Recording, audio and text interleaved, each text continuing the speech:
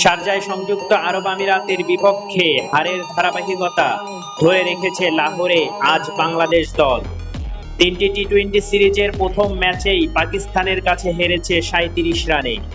অথচ টসে জিতে পাকিস্তান 7 উইকেটে 201 রান করে ফেলার পরও বাংলাদেশের জন্য অনুপ্রেরণা হতে পারত 25 মে এই মাঠেই হওয়া পিএসএল ফাইনাল।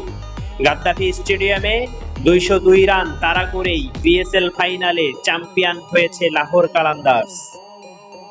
তবে তানজিদ হাসান কিছুটা হলেও পেরেছেন ফর্মটা ধরে রাখতে।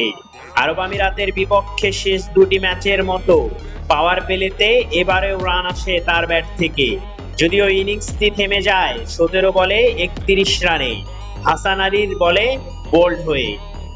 বাংলাদেশের আশা কিছুটা টিকে ছিল যতক্ষণ লিটন দাস উইকেটে ছিলেন।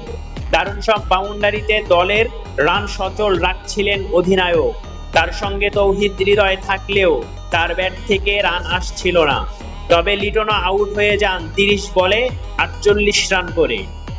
অধিনায়কের বিদায়ের পর একের পর এক উইকেট হারাতে থাকে বাংলাদেশ। শুরুটা হয় তৌহিদ হৃদয়কে দিয়ে।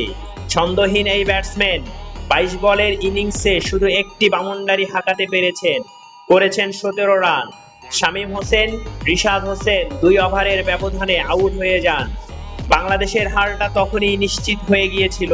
পুরো 20 ওভারও শেষ পর্যন্ত তারা খেলতে পারেনি। 4 বল বাকি থাকতেই 164 রানে অল আউট হয়ে যায়। নিউজটি যদি ভালো লাগে একটি লাইক দিবেন আর চ্যানেলটি সাবস্ক্রাইব করে সাপোর্ট করবেন।